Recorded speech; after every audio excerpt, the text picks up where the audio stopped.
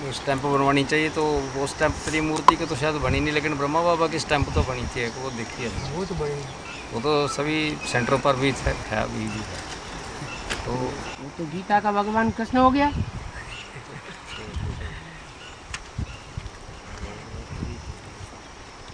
कृष्ण तो गीता का भगवान है नहीं। त्रिमूर्ति की तो बनवाई नहीं फिर। भगत लोग समझते हैं कि कृष्ण ही गीता का भगवान है, ब्रह्मा बाबा की तो मूर्ति ब्रह्मा बाबा लिखा है उसके नीचे। तो उन्होंने ब्रह्मा बाबा की बना दी स्टैम्प पेपर तो बाबा की शेरों ये तो श्रीमत की उल्लंघना हो गई जी, है। ये तो फिर श्रीमत की उल्लंघना हो गई। वो उनको क्या पता आप सुधार दो। है बाबा। हैं? 3 शेरों की मूर्ति है तो अब भी चल रही है। हम तो जानवर दिखा दिए। हाँ वो तो जानवर आखिर में तो जानवर बन जाते हैं।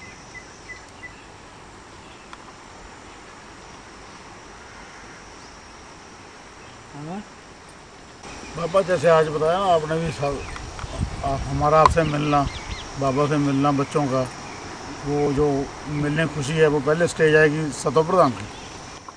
उस सतों प्रधान स्टेज को आगे लंबा ले जाने के लिए क्या जरूरी है बाबा? योग, सेवा, धारणा। अभी तो बताया कि सब मरे पड़े हैं। नहीं, जो मिलने की खुशी हुई ना आज, और जो मिलने उसकी की स्टेज। खुशी है वो तभी कायम रहेगी जब और कोई आंख में न बैठे। और आंख में बैठते रहते हैं तो खुशी कम होती जाती है।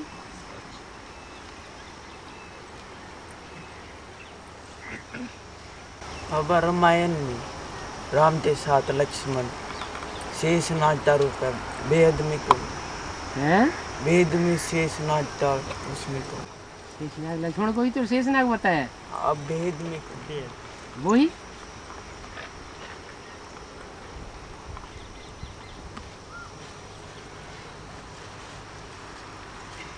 कहते हैं शेषनाग के फण पर पृथ्वी टिकी हुई है।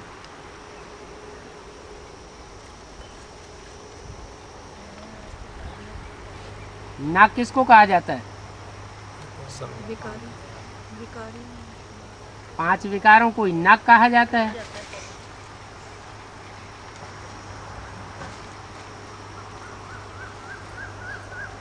नाग के ऊपर कृष्ण का डांस भी दिखाते हैं।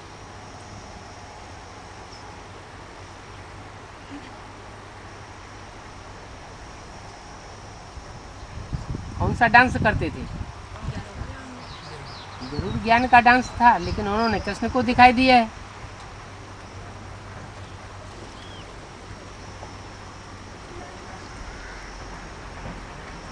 तो नाक के ऊपर है विष्णु की सैया दिखा दी है।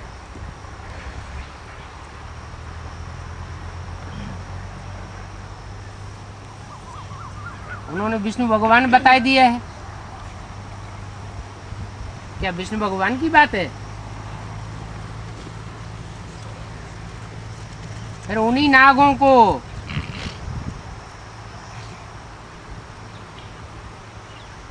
शंकर के शरीर पर लिपटा हुआ दिखाया गया है।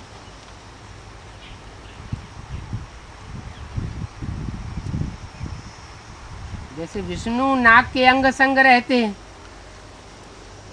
ऐसे शंकर को भी नाग के अंग संग दिखाया गया है। रामायण में फिर राम और लक्ष्मण को अंग संग दिखाया गया है।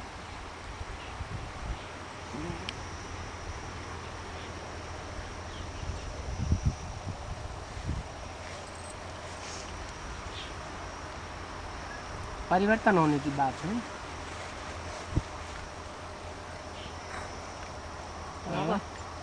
बाबा ब्रह्मा को पियर घर और विष्णु को ससुर घर क्यों बताएं? क्या कारण? ब्रह्मा को पियर घर, क्योंकि ब्रह्मा कुमारियां कही जाती है, विष्णु कुमारी कही जाती है क्या? तो जिसकी कुमारी है वो तो पियर घर हो गया, मैंने बाप का घर हो गया। अभी जाना कहाँ है? ससुर घर जाना है।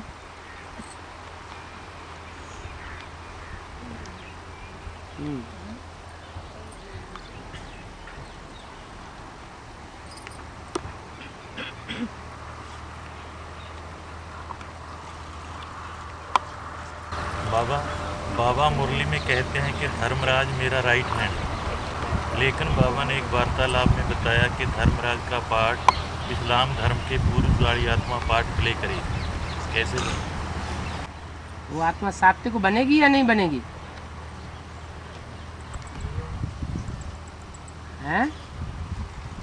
सात्विक बनेगी ना, तो राइट हैंड भी बन जाएगी। ब्रह्मा की सोल तो कृष्ण के रूप में जन्म ले लेगी, लेगी या नहीं लेगी? फिर धर्मराज का पार्ट कौन बजाएगा? कोई तो निमित्त बनेगा।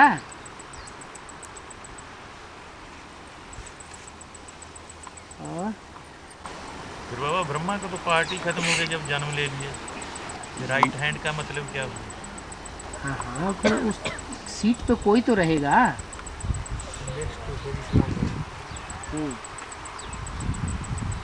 बाप तो प्यार का सागर है, वो तो धर्मराज का पार्ट नहीं बजाएगा। बीज रूप आत्मा आएगी या धार्मिक? बीज रूपी होंगे।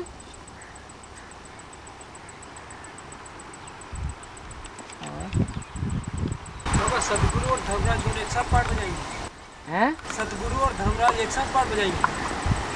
धर्मराज सजा देने वाला है, सदगुरु सदगति करने वाला है। धर्मराज तो हड्डी हड्डी तोड़ देगा, दुर्गति करेगा या सदगति करेगा?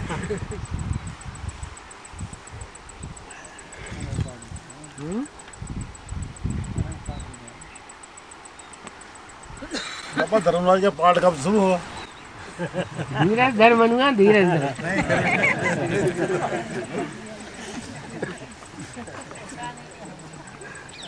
नहीं, मैंने पूछा कृष्ण जन्म से पहले के बाद में? दोनों काम साथ साथ होते हैं।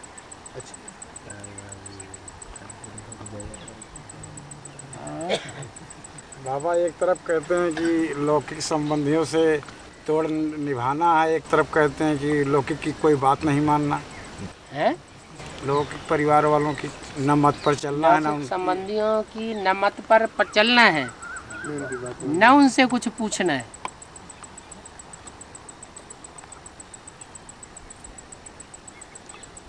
हम पूछेंगे तो उल्टी मत बताएंगे, वो तो पूछना ही क्यों है? बाबा दोनों तोड़ निभाने की बात। तोड़ निभाओ।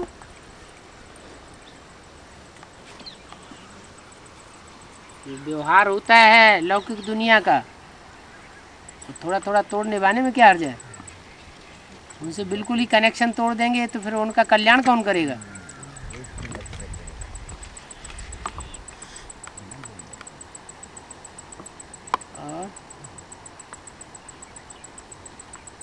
बाबा कहते हैं ना, 2 सीट्स फिक्स होगी, एक बाप और एक माँ।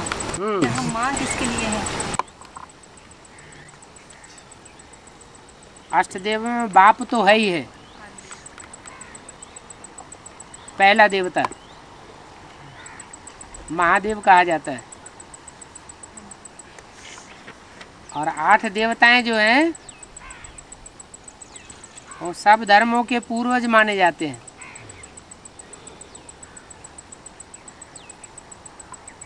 तो जो पूर्वज हैं, पहले पहले जिन्होंने जन्म लिया है, पहले पहले अपने स्वरूप को पहचानते हैं, वो अष्टदेव कौन से वंश से हैं? सूर्यवंश से।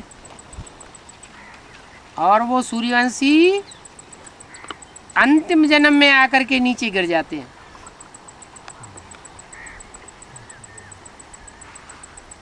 बाकी जन्मों में बाप के साथ ही बनकर रहते हैं।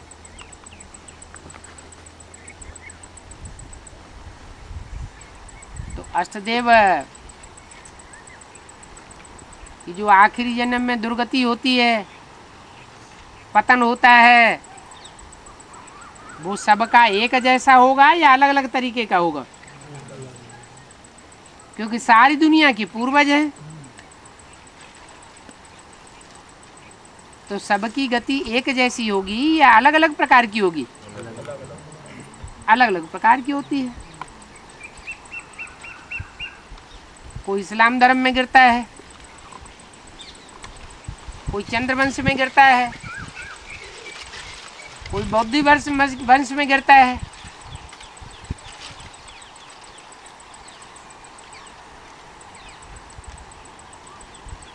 तो 8 प्रकार से गिरना हो जाता है।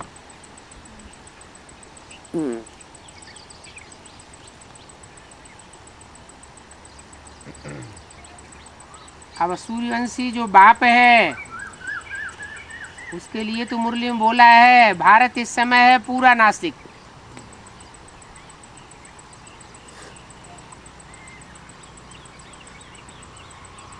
नास्तिक उसे कहा जाता है जो किसी के ऊपर आस्था न रखता हो। साकार में उसके लिए कोई बाप नहीं।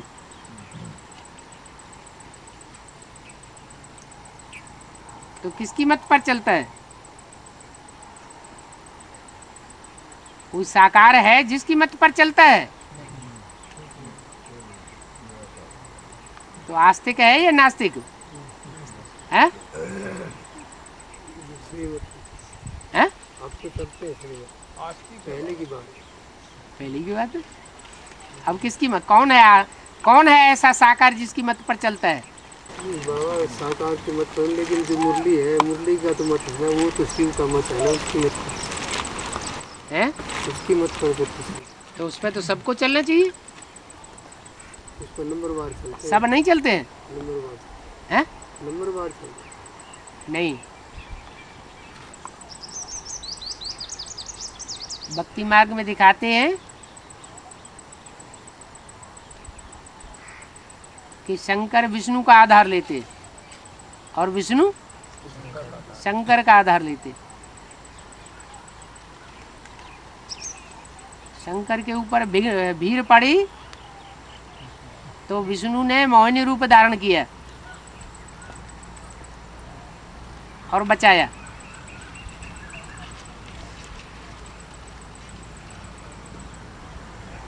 तो एक दूसरे के साथी हैं, उनको कहेंगे एक दूसरे के आस्तिक।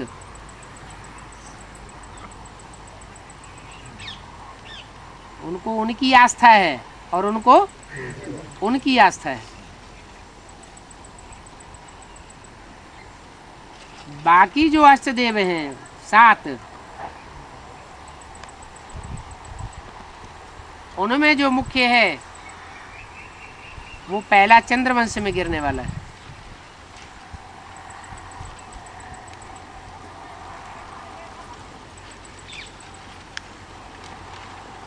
चंद्रवंश का बीज हो जाता है, क्योंकि वो देहभान रहता है आखिरी जन्म में।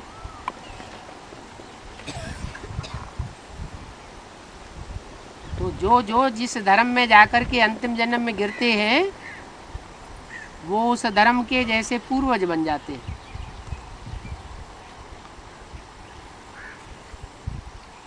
उन धर्मों में और किसी को पहले अपना स्वरूप का साक्षात्कार नहीं होता, पहले उनको अपने स्वरूप का साक्षात्कार होता है।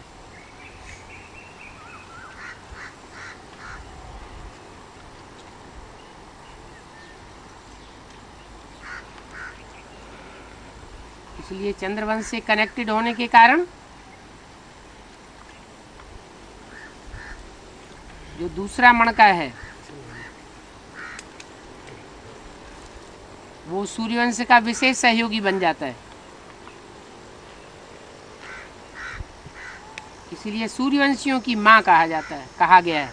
अव्यक्तवाणी में भी माँ और बाप बोला है। सबका नहीं, सिर्फ सूर्यवंशियों का।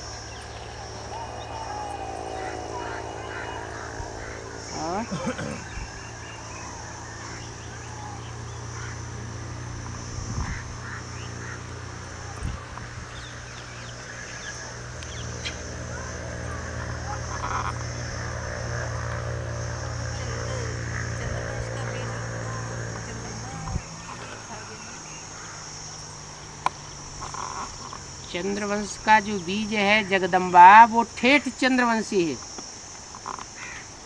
लेकिन सूर्यवंशियों में चंद्रवंश का बीज कौन है?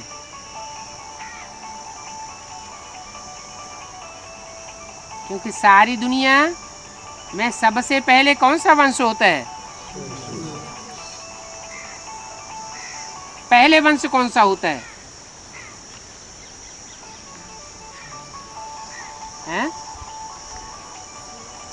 सूर्यवंशी तो होता है, चंद्रवंश तो बाद की बात है। तो जो सूर्यवंशी हैं वो सारी दुनिया के बीज हैं।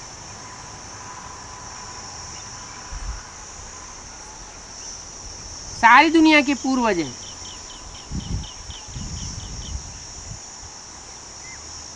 पूर्वज का मतलब ये होता है जिन्होंने पहले जन्म लिया हो। तो चंद्रवंशियों ने थोड़ा ही पहले जन्म लिया, किसने पहले जन्म लिया? सूर्यवंशियों ने पहले जन्म लिया। उनको पहले अपने स्वरूप का साक्षात्कार हो जाता है। इसलिए जो अष्टदेव हैं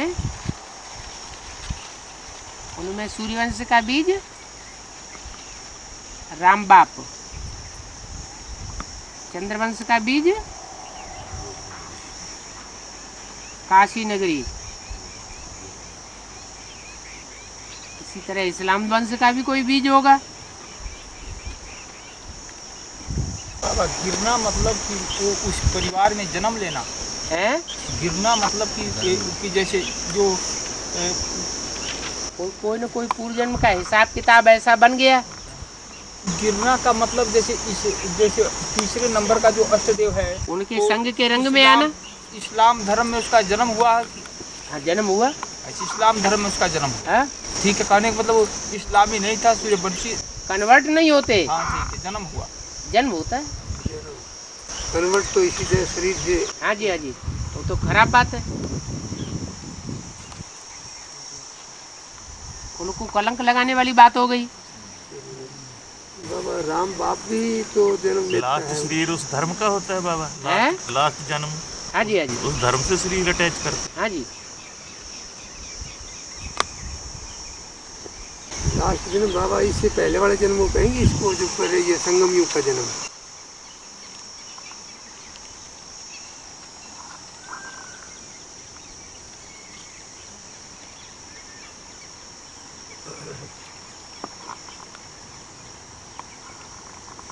वो गुणधर्म समाये हुए रहते हैं भारतवासियों में।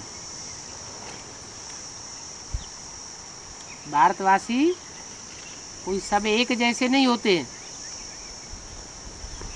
कोई कोई विशेष विशेष धर्मों से प्रभावित हुए पड़े हुए हैं। पूरे परिवार में उस तरह की वंश परंपरा चल रही है।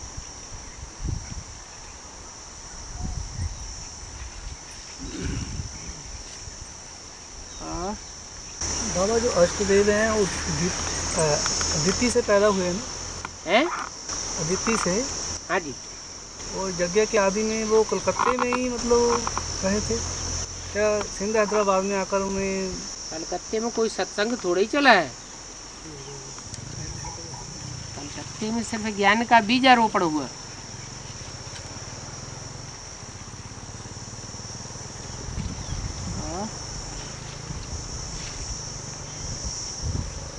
बाबा जो गांव-गांव में प्रेत आत्माओं की मान्यता बढ़ती जा रही है, उनकी क्या पावर होती हैं? वो क्या कर सकती हैं? लोग जैसे बहुत पूछते हैं उनको जाकर।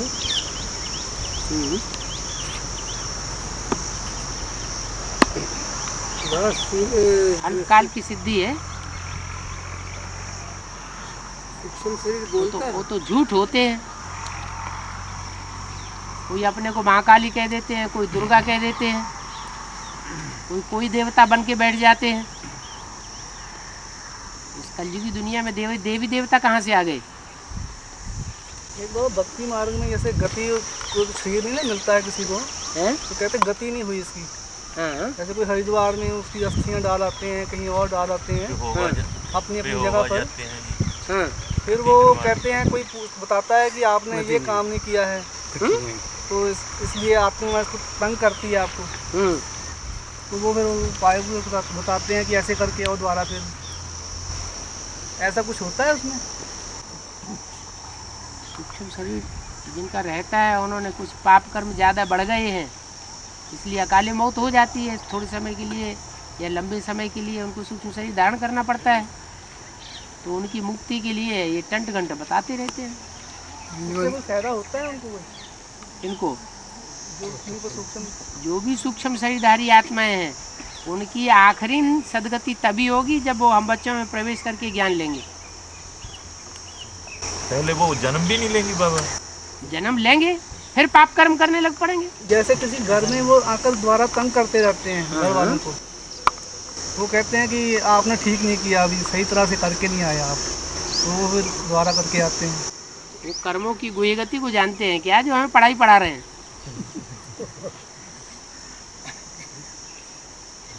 कर्मों की गुही गति तो भगवान ही आकर के बताता है। वो अपनी गति तो देखें, तुम्हारी गति ऐसी क्यों हुई जो भटकना पड़ रहा है। जी वो आत्माएं फिर क्या उनको नुकसान भी पहुंचा सकती हैं परिवार में?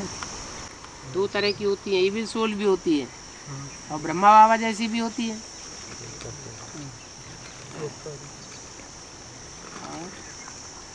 तो ये जो सूक्ष्म शरीरधारी है ये बोलती भी हैं बगैर शरीर कई बार कहते हैं ना कि ऊपर जैसे सुबह से हम उनका बोलना उन्हीं को सुनाई पड़ेगा जो उनसे प्रभावित होंगे। उनसे जो प्रभावित नहीं होते या जिनमें वो प्रवेश नहीं कर सकते हैं उनको उनकी कोई आवाज़ नहीं सुनाई पड़ेगी। जो उनसे प्रभावित होते हैं उनको आवाज़ सुनाई। हाँ जी। संदेश ऐसे ही आता होगा वहाँ पर? हैं? संदेश ऐसे ही आता है वहाँ काबू में जो संदेश आता है। हाँ ऐसे ही आता होगा पर शरीर में प्रवेश किए आता ही होगा। प्रवेश थोड़ा ही कोई करता है। संदेश लेने वाली संदेशी जो है वो तो ध्यान में जाती है, उस समय कोई प्रवेश थोड़ा ही करता है। आवाज वैसे हाव भाव से इशारों से समझती है, ध्यान में जाती है। भाषा तो कोई है नहीं सूक्ष्म पतन में कहते हैं। वो जो सूक्ष्म पतन है ही नहीं कुछ, बुद्धि की स्टेज है। जैसे आदमी स्वप्न देखता है ऐसे साक्षात्कार देखता है। ऐसे ही जब उसमें कल्पना करते हैं वैसे ही ध्यान में गई मैं ऐसे नजर आए। हाँ जी हाँ जी। तो संदेशी की बात को तो ठीक सच्चा तो पूरा नहीं माना जा सकता, मिलावट भी हो सकती है। संदेशी की जो बात है इस संदेश में आते हैं कई बार उसका संदेश सुनाते भी है, तो उसका कोई जरूरी थोड़ी है कि 100% सत्य हो। मिलावट भी हो सकती है उसमें, समझने में कुछ गलती फलती। अब बाबा ने बोला है कि जिस संदेशी को निमित्त बनावेंगे उनके द्वारा पाठ बजावेंगे। तो बाबा ने जिसको निमित्त बनाया है वो तो सच्चा ही संदेश सुनाती होगी। हमें संशय पैदा करने की क्या जरूरत।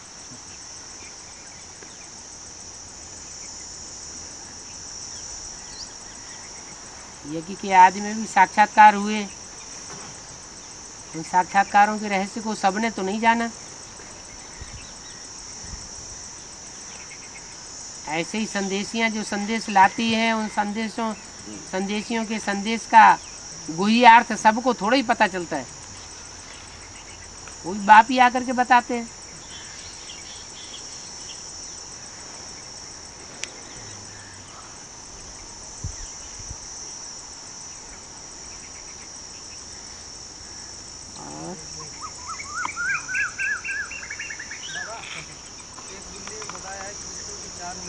जोर से बोलो। एक गुल्ली बताया विष्णु की 4 भुजाएं, ब्रह्मा सरस्वती 2, एक बकरी और 14 बकरी का बीज। 2 भुजाएं बताई ब्रह्मा और सरस्वती, और एक बताई बकरी, और एक बताई बकरी का बीज।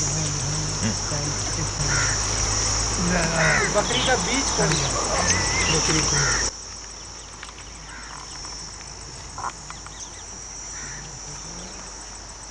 मूर्ति के चित्र में एक बकरी बताई है, एक घोड़ा बताया है, एक शेर बताया है।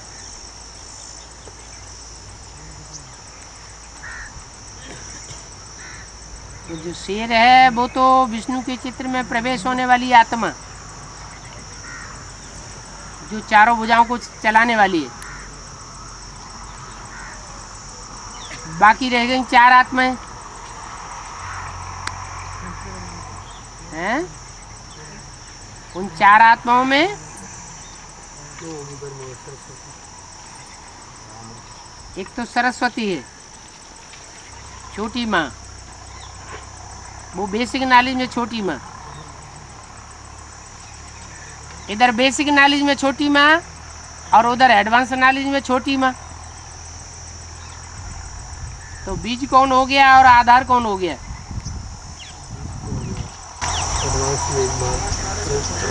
हैं? एडवांस वाली हो गई बीज और वो हो गया। एडवांस नॉलेज में भी तो एक तो छोटी माँ उनको बोलते हैं जो बेसिक में है। हाँ जी, अभी बेसिक में आ गया, एडवांस में होगी। एडवांस वालों की भी कोई विजय माला की बीज होगी।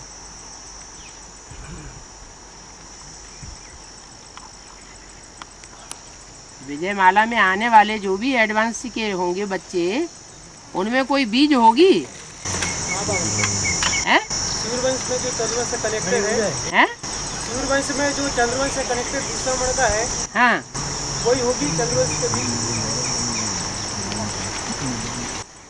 जो बीज होगा वो तो बाप हो गया।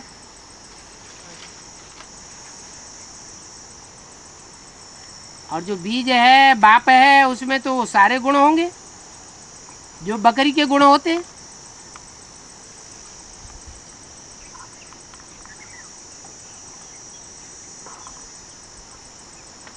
नई दुनिया कैसे बनेगी? बकरी तो मैं करती है और जो भी कान पकड़ लेता है उसी की हो जाती है।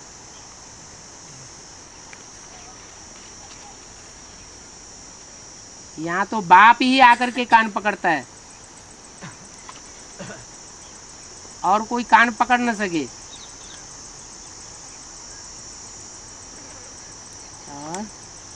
बाबा कहने मतलब कि सूर्यवंश से कनेक्टेड जो आत्मा वो है या फिर बड़ी मम्मी है? बड़ी मम्मी सूर्यवंश से कनेक्टेड है? नहीं, चंद्रवंश हैं? चंद्रवंश। हाँ, तो चंद्रवंश की बीज है। वो सूर्यवंश से कनेक्टेड वो हुई। हाँ जी। अच्छा बाबा, एक दूसरी मतलब ये बोला हुआ है कि विष्णु की 4 भुजाएं बताई हैं। जो 4 ब्रह्मा है वो विष्णु की 4 भुजाएं बताई हैं। और उसमें जो सरस्वती है, सरस्वती तो ब्रह्मा है नहीं।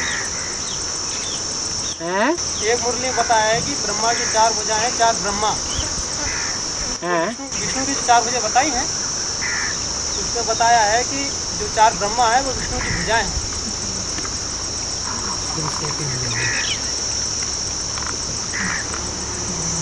हाँ, तो उसमें सरस्वती जो बाबा है, सरस्वती तो ब्रह्मा है नहीं।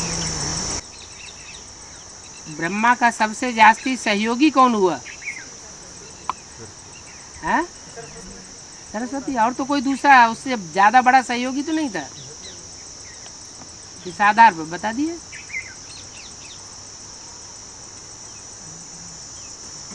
सहयोगी माना भुजा।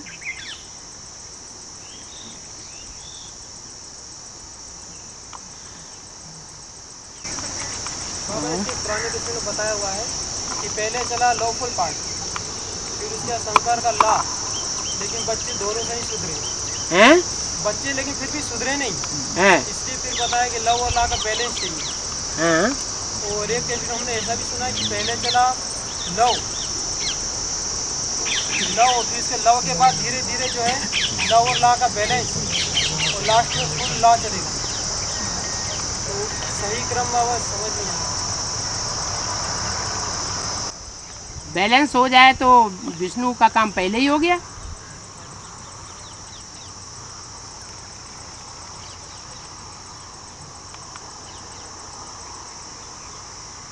न बहुत कड़क पने से काम चलेगा और न बहुत लीजेंसी से काम चलेगा। कहीं लब फुल होना पड़ता है, कहीं ला फुल होना पड़ता है।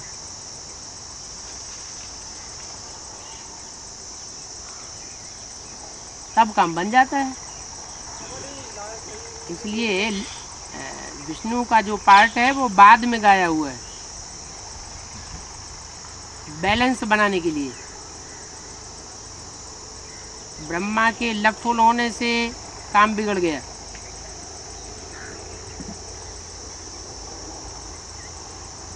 सहयोगी भुजाएं तो बहुत बन गई,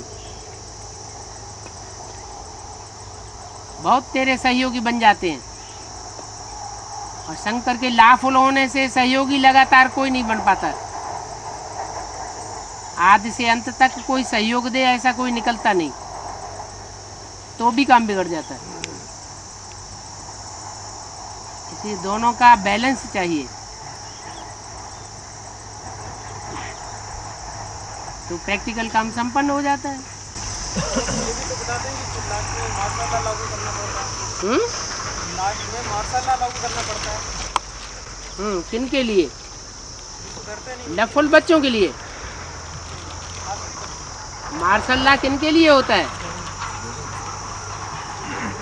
हैं? आसुरी बच्चों के लिए मार्शल लॉ है।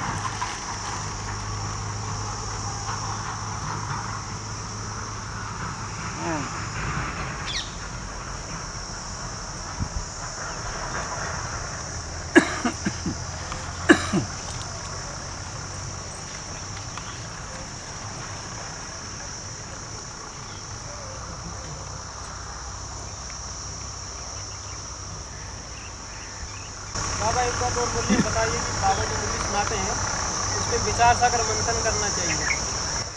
तो एक तरफ बोलते हैं कि अनुमान नहीं लगाना है, अनुमान से नुकसान हो सकता है। तो बाबा कोई भी पॉइंट बताया जाता है तो उस पर विचार सागर मंथन करना, अनुमान करना। विचार सागर मंथन उसका आधार है मुरली,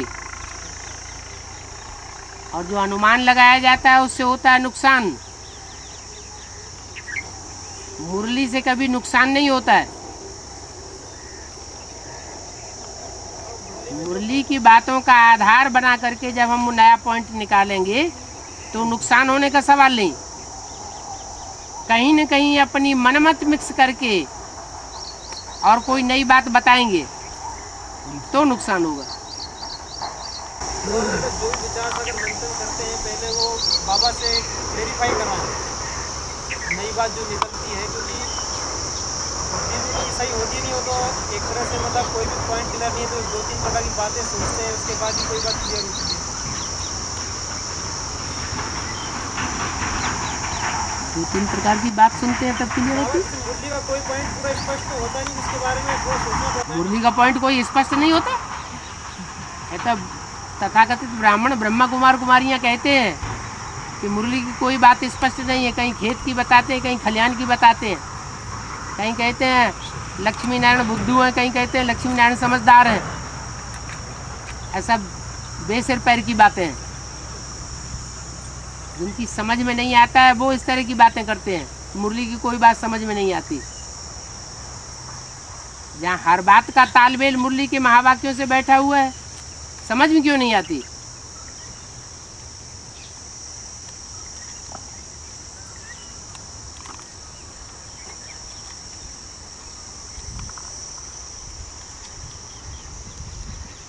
बाबा तो रोज बोलते हैं रूहानी बाप रूहानी बच्चों को समझाते हैं।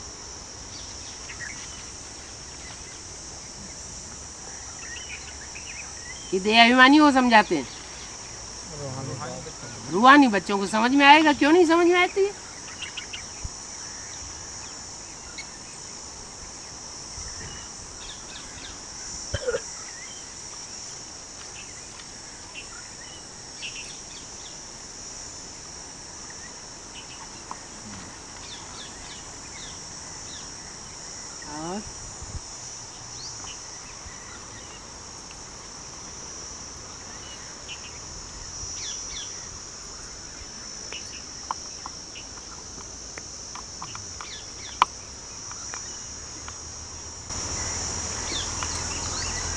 और जो ब्रह्मा के मुख से वाणी निकलती थी उसको ज्ञान जल कहते हैं। जैसे तो दूसरी मूर्ति के मुख से जो वाणी निकलती है उसको कहते हैं ज्ञान अमृत। तो जो ज्ञान अमृत है उसको तो बस चुपके से पी लेना चाहिए, उस पर भी ज़्यादा फिर उसको ज़्यादा रिड़कने की क्या ज़रूरत है, उसको मंथन करने की। हाँ, दूध को बिलोते हैं तो मक्खन निकलता है, फिर मक्खन को आग में गर्म करते हैं तो क्या निकलता है? तब घी निकलता है। तो घी निकालने की कोशिश करते होंगे टेढ़ी उंगली करके। नहीं तो मक्खन पचने में सहज होता है।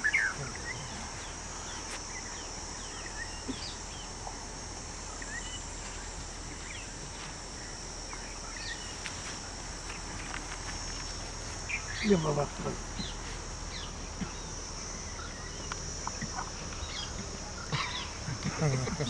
फोटो वोटो है, खींच लो।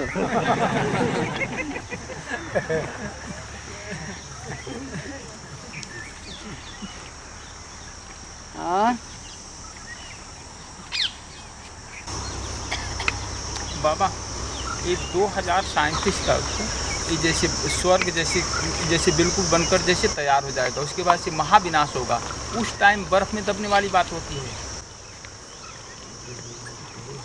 टोटल विनाश होगा तो एटॉमिक एनर्जी के टोटल विस्फोट होने से होगा ना, पृथ्वी का बैलेंस डोल जाएगा। उससे पहले कभी कहीं ज्वालामुखी फटते थे, फिर वो इकट्ठे फट पड़ेंगे चारों तरफ। तो जो समंदर है उस समंदर का पानी जोर से खौलने लगेगा, बॉयल होगा, और चारों तरफ पृथ्वी पर बादल ही बादल, बादल ही बादल, भयंकर मूसलाधार बरसात होगी कई दिन तक। तो दुनिया का वातावरण ठंडा हो जाएगा, फ्रीज हो जाएगा। और उसमें बाबा ऐसा भी होगा किसी का शरीर फ्रीज न हो, जो अष्ट देव हैं उनका शरीर फ्रीज होगा, कुछ टाइम के लिए होगा। एक टाइम ऐसा आता है ये जब सारी दुनिया शांत हो जाएगी, सब शांति धाम में जाएंगी इकट्ठे, बल कोई के शरीर यहाँ रहें, बर्फ में सुरक्षित रहेंगे, लेकिन आत्मा सबकी परम धाम वासी हो जाएगी। ये अंत समय की बात, अंत समय की बात है। लेकिन बाबा 9 लाख जो सतयुगी बच्चे हैं वो तो समझो बाबा ब्रह्मा बाबा के जन्म लेने के बाद से ही शुरू हो जाएंगे, तो उससे पहले तो बर्फ में जमने की बात नहीं है ना। अगर 9 लाख सन 36 से पहले ही सारे जन्म हो जाएं तो जो कृष्ण की डायनेस्टी चलेगी 2036 से लेकर 150 वर्ष तक, वहाँ किसका जन्म होगा? वहाँ 9 लाख से ऊपर वालों का जन्म होगा क्या? ऊपर वालों का जन्म होगा कृष्ण की डायनेस्टी में। नहीं बाबा 9 लाख तो 36 तक कहते हैं ना, जब 9 लाख देवी देवताएं होंगे कृष्ण का राज्य होगा। कृष्ण का राज्य में किस समय 9 लाख देवी देवताएं, मतलब 4.5 लाख कृष्ण का राज्य होता ही नहीं है 2036 से पहले। हाँ, इससे पहले नहीं होता ना, तो तब तो 9 लाख हो जाएंगे ना। 4.5 लाख माता पिता, 4.5 लाख जन्म लेने वाले, हाँ ये बचेंगे, बाकी दुनिया का विनाश हो जाएगा। विनाश तो बहुतों को होगा, जो सूर्यवंशी नहीं होंगे उन सब का विनाश होगा। सभी का होगा इनको छोड़ करके। हाँ, तो जो लंबे समय के पुरुषार्थी नहीं होंगे उनका विनाश होगा ना। वो फिर जन्म लेते रहेंगे उधर पहली डायनेस्टी में।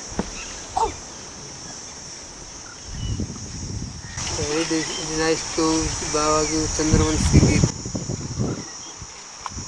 डायनेस्टी के लोग जो हैं वो वहाँ जन्म लेते रहेंगे जब तक दूसरी डायनेस्टी शुरू ना हो, इस्लाम वंश में कन्वर्ट होने वालों की। वो तो मतलब चंद्रवंशियों से ना, इस वंश से जो जैसे ब्रह्मा बाबा के जो बच्चे हों, ब्रह्मा बाबा से बच्चे जन्म लेने वाले इस्लामी होंगे। हाँ जी, हाँ जी। वो तो इस लेकिन मेरा ये है कि 36-37 के अंदर 4.5 लाख 4.5 लाख 9 लाख आत्माएँ तो हो जाएंगी। इसके बाद ही तो कृष्ण का जो वो समझो राज चलेगा, राज्य चलेगा। उसके बाद जो है जन्म लेने वाले होंगे वो तो 9 लाख के 4.5 लाख के अलावा होंगे, जो 4.5 लाख उनसे जन्म लेंगे। उनकी डिनाइस्ट तो आगे होगी ना 36-37 के बाद। 150 साल के बाद कहीं जन्म होता है। 150 साल एक तरफ जन्म लेते जाते हैं, दूसरी तरफ शरीर छोड़ते जाते हैं माँ बाप। जैसे ब्रह्मा बाबा से जैसे विष्णु किशोर भाऊ और जो बच्चे जन्म लेंगे, हाँ 150 वर्ष के बाद लेंगे। 150 वर्ष के बाद ही तो होगा उनका जन्म। 150 वर्ष परम धाम में रहना, वो आत्मा 150 वर्ष परम धाम रहेंगे। हाँ जी। और ये रुद्रमाला के जो है आत्माएं जो जन्म लेती हैं, जैसे सूर्यवंशी पहले लेंगी, फिर चंद्रवंशी, फिर बाद में तो इनकी वहाँ जो होती है सीनियोरिटी बन जाती है, उनकी वहाँ सीनियोरिटी बन जाती है परम धाम में।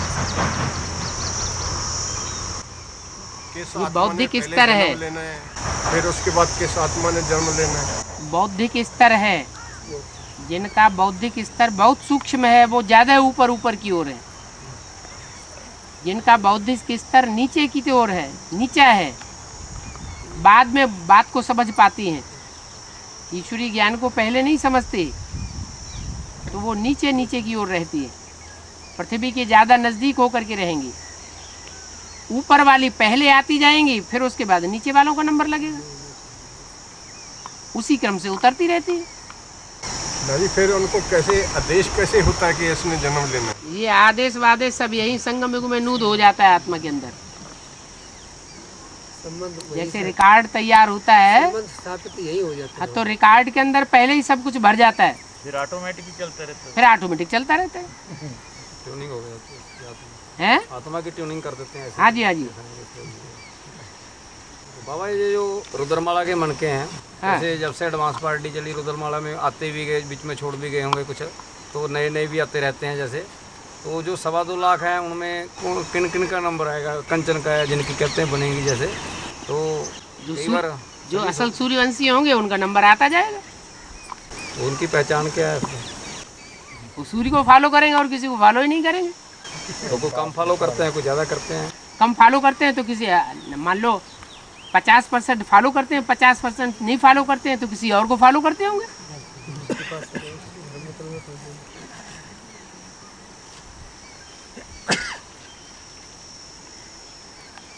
ये बोला है आगे चल के राजस्थान की संख्या कमाल में आवेगी।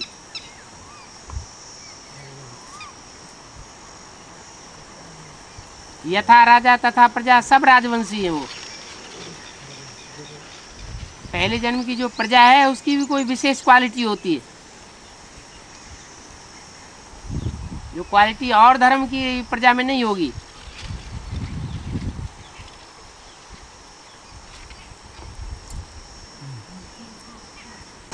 अब ये जो 37 में विनाश होगा तो उस टाइम जो राधा कृष्ण जैसे बच्चे जन्म ले चुके होंगे वो भी शरीर छोड़ के ऊपर जाएंगे। कोई माहौल ऐसा होता है जो निर्विकारी आत्माओं का माहौल कहा जाता है। वहाँ प्रकृति का प्रकोप हो ही नहीं सकता। हाँ जी, सारी दुनिया में प्रकृति का प्रकोप होगा। और जिन्होंने विकारों पर विजय प्राप्त कर ली, विजय माला के मणके बन गए, उनके ऊपर कोई असर नहीं होता। बाबा ये 37 में जलमय होगा, और जैसे पानी होगा, दिल्ली पर पानी नहीं होगा। दिल्ली तो वैसे भी नीचे, दिल्ली में तो बताया है कि बाखरा नंगल डैम टूटेगा तो सारी दिल्ली पानी हो जाएगी। तो अंत समय कैसे बचेगी? अंत समय कैसे बचेगी दिल्ली? अंत में जाके टूटेगा बाखरा नंगल डैम। नांगल तो भी पहले टूट जाएगा। फिर तो ये पाकिस्तान तो पहले ही दाड़ रखे बैठा है, कब मौका मिले और बम छोड़ दे वहाँ पर। बाबा तो ये जो दो हैं जैसे सूर्यवंशी और चंद्रवंशी, जैसे वो बर्फ में उनको दबने की तो बात नहीं की, बर्फ में दबने की उनको भी बात है। चंद्रवंशी भी बर्फ में दबेंगे, सूर्यवंशी नहीं दबेंगे। सूर्यवंशी नहीं दबेंगे। जो चंद्रवंशी अपने को सरेंडर कर देंगे और ये है पूरा बुद्धि से सूर्यवंशियों के मुवाफिक हो जाएंगे, वो उनकी बात है। बाबा जैसे इस्लाम है, बौद्ध है, चाहे और जैसे नीची क्वालिटी की जो आत्माएं हैं वो जैसे बर्फ में दबेंगी और वो कुछ टाइम के बाद से बर्फ फटेगा और वो जैसे वो शामिल हो जाएंगे जो आत्माएं जहाँ जहाँ।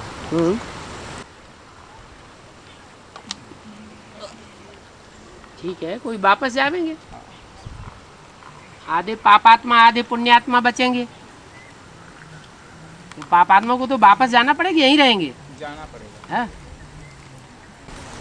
बाबा ने मुरली में बोला कि ज्ञान में ऐसे ऐसे बच्चे हैं जो बाबा से भी सीखे चले जाते हैं सुनाने में। कौन से बाबा की बात है? वही पूछना चाहते हैं कि ब्रह्मा बाबा सीखे चलते हैं या प्रजापिता पर। जो मुरली चली है वो किस समय की चली हुई है? 67 में कौन से बाबा थे? ब्रह्मा बाबा की बात है। वो तो चले गए ना एडवांस वाली तीखे। उस टाइम पे ज्ञान में तो छोटी मम्मा जो सरस्वती मम्मा थी वो भी तीखी थी बाबा की ज्ञान। मुरली का क्लैरिफिकेशन देने में उसमें बाबा से क्या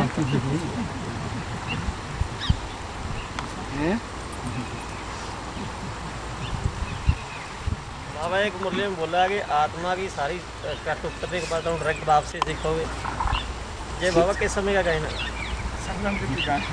तो संगम युग का। संगम युग में जिनकी बेसिकली सारी कट उतरती जाती है वो आत्मा एडवांस में आती जा रही है, डायरेक्ट बाप से सीख रही है। जिनकी बेसिकली कट नहीं उतरी है वो अभी भी वहीं पड़ी हुई है, देहधारियों से सीख रही है। सारी कटौती मान लीजिए जो आ गई तो बेसिकली जिनका बेसिकली मोह उधर से हट जाता है। हाँ जी, हाँ जी। एडवांस में हटती है।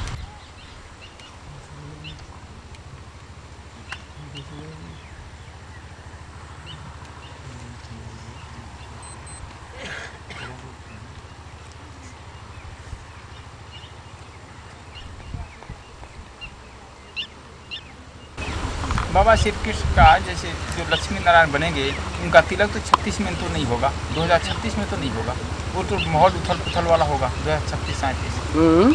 तो कब होगा?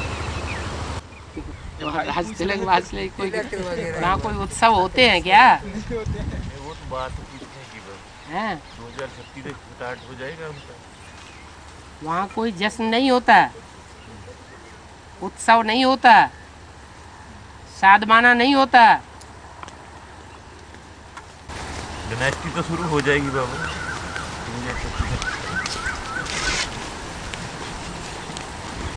जो अनुशासनहीन होते हैं उनके ऊपर राज्य किया जाता है, शासन किया जाता है। सतयुग आदि में सब हैं 16 कला संपूर्ण, तो कौन किसके ऊपर शासन करेगा?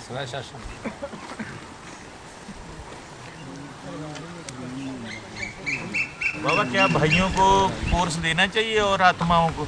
जैसे आप बाबा ने मुरली में बोला है भाइयों को सेवा करने की दरकार नहीं है। भाई ये नहीं बोला है, अनुशासन है। ये बोला है कन्याओं माताओं को पढ़ाई, भाइयों को पढ़ाना शोभता नहीं है, क्योंकि कन्याओं माताओं में प्योरिटी की पावर ज़्यादा होती है और पुरुष लोग अपने विकारों को कंट्रोल नहीं कर पाते हैं। सब दुर्योधन दुशासन वृत्ति वाले हैं और यहाँ पढ़ाई ही का मुख्य मकसद क्या है? पवित्रता। तो भाई लोग बैठ कर के कन्या माताओं को पढ़ाई पढ़ाएं, ये अच्छा नहीं लगता है। बाकी भाई लोग भाइयों को समझा सकते हैं, कन्या माताओं को नहीं। क्या कन्या माताओं को समझाएंगे तो फिर उनको अपने कंट्रोल में कर लेंगे। बाबा कन्याएं माताएं पढ़ा सकती हैं? कन्याएं माताएं पढ़ा सकती हैं भाइयों को? तो निमित्त ही बनाया हुआ है। क्लास टीचर कौन होता है? भाई होते हैं कि माताएं होती हैं? बाबा जैसे माताएं हैं, माताएं जाती नहीं तो उनको संदेश भाई लोग नहीं देते हैं? माताओं को संदेश देने के लिए तो भाई लोग जाते हैं। तो माताएं जाती नहीं है कहीं सेवा करने के लिए। तो वहाँ माताएं हो तो वो माताओं तो घर में बैठ करके शिकार पकाएं, भाइयों को बाहर से शिकार मार मार करके लाना। फील्ड में बाबा इनके कहने का मतलब कोई जरूरी नहीं कि भाई ही मिले, माता भी मिल सकती, कोई कन्या भी मिल सकती है सेवा में निकले तब। हाँ, संदेश देने वाली बात है ना।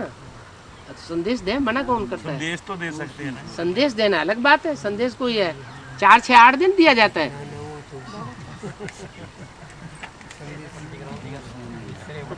संदेश बाप का बाबा कोई ऐसे नई जगह जाना हो जहाँ माता उपलब्ध ना हो फिर तो वहाँ तो वही जाएंगे ना। कोई नए शहर में जाना हो, नए गांव में जाना हो, किसी को ज्ञान सुनाना है, किसी माता को जैसे संदेश देने की, चलो तो ऐसे तो आती नहीं एकदम से, कुछ ना कुछ उस पर टाइम तो लगाना ही पड़ता है पहले। संदेश तो एक दिन में ही दे दिया जाता है। तो संदेश तो ऐसे कुछ निश्चय करेगी तभी तो आएगी ना। हाँ हाँ, संदेश तो एक दिन में ही मिल जाता है। उसके लिए रोज रोज सुनाने की बात थोड़ी है। संदेश के लिए तो बाबा कहते हैं ना, संदेश तो दे सकते हैं। हाँ जी।